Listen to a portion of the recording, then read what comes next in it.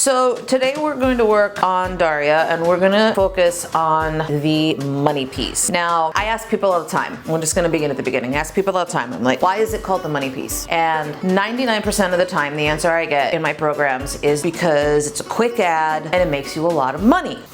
They're not wrong, but I am officially going to own that 12, 13 years ago, I was in a blonding class here in New York, teaching it in a very, very, very prominent Goldwell salon that had locations in Australia, London, and New York. And the owner of the main location was there. I was attempting to talk about the bright bit around your face, and I was like, you know, it's kind of like porn. In porn, if you get the money shot, nothing else matters.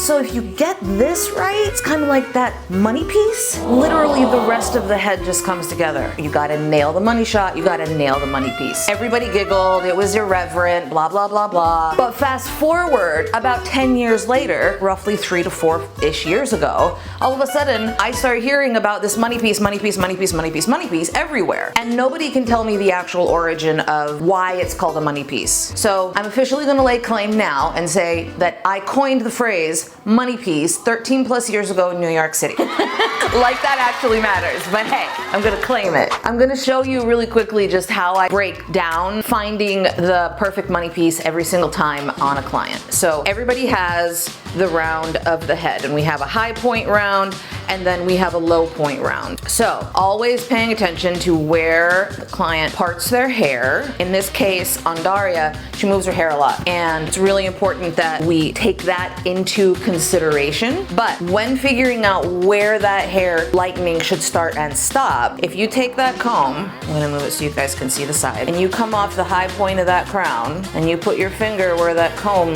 leaves the head, and then you draw a line to the top of the ear.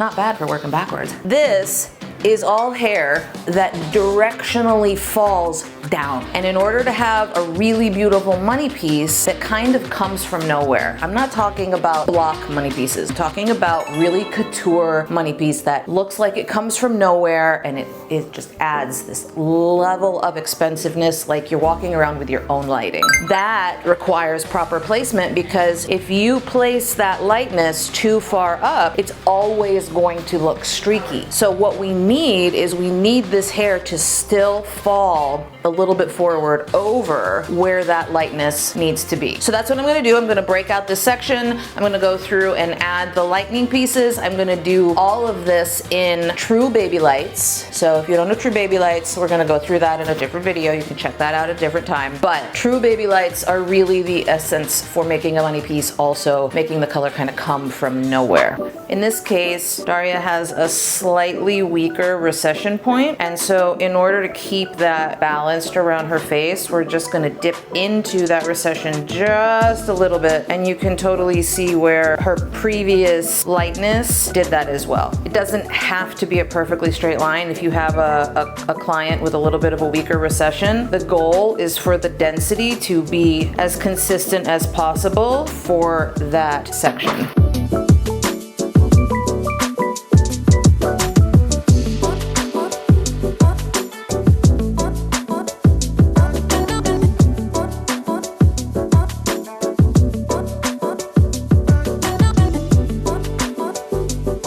I'm gonna do a couple macro weaves. We're focusing on the mids and ends now. I just wanna add a little bit of depth. So what I did was I have 6 natural in the lowlights, and full disclosure, I did add yellow pure pigments, about a pipette and a half at a 6 level. Her natural is really rich, really gorgeous. And so we want what we're doing to just kind of blend seamlessly in with her natural.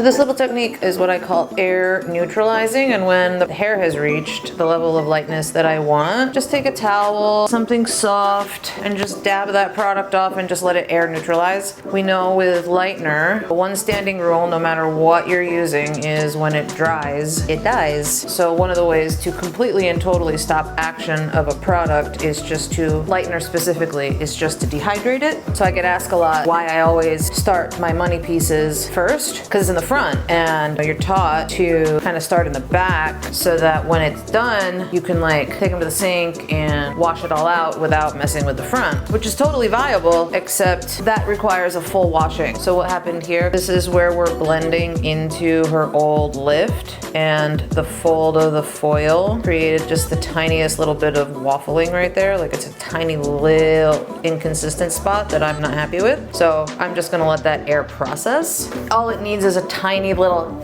to make it just right.